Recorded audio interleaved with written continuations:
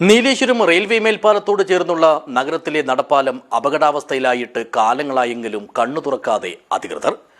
ആശങ്ക കൂടിയതിനാൽ ഒരു വർഷം മുമ്പ് നാട്ടുകാർ ഇതിലൂടെയുള്ള സഞ്ചാരം വിലക്കിയിരുന്നു.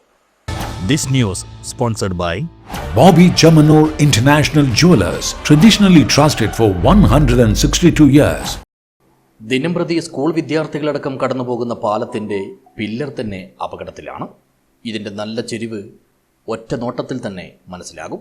ഒരു വർഷം മുമ്പ് അപകടം മുന്നിൽ കണ്ട് നാട്ടുകാർ ഇതുവഴിയുള്ള സഞ്ചാരം വിലക്കിയിരുന്നു.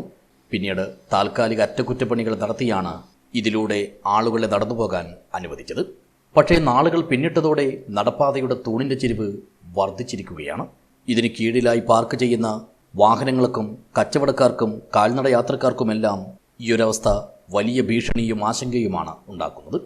ഒന്നുകിൽ ഇത് പൊളിച്ചു നീക്കി അപകടം ഒഴിവാക്കാനോ അതല്ലെങ്കിൽ പൊളിയാതെ സംരക്ഷിച്ചു നിർത്താനോ ആവശ്യമായ നടപടികൾ അധികൃതർ സ്വീകരിക്കണമെന്നാണ് ആളുകൾ ആവശ്യപ്പെടുന്നത്.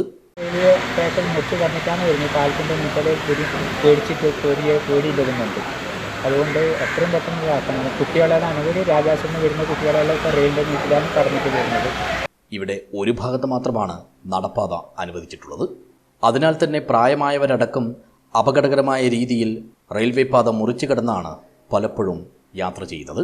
ഇവിടെ ലിഫ്റ്റ് സ്ഥാപിക്കണമെന്നാവശ്യപ്പെട്ട് നിരവധി സംഘടനകൾ അധികൃതർക്ക് നിവേദനം നൽകിയിരുന്നു. 3 വിദ്യാലയങ്ങളിലെ വിദ്യാർത്ഥികളും 2 സഹകരണ ആശുപത്രികളിലേക്കുമുള്ള ആളുകൾ ഉൾപ്പെടെ ആശ്രയിക്കുന്ന നടപ്പാതയാണ് വലിയ തോതിൽ അപകടാവസ്ഥയിലായിട്ട് കാലങ്ങൾ തള്ളുന്നതും ഇതിലേക്ക് ഒരു വിധത്തിലും കണ്ണു തുറക്കാതെ അധികൃതർ അവഗണന തുടരുന്നതും. News bureau, Nileshwar.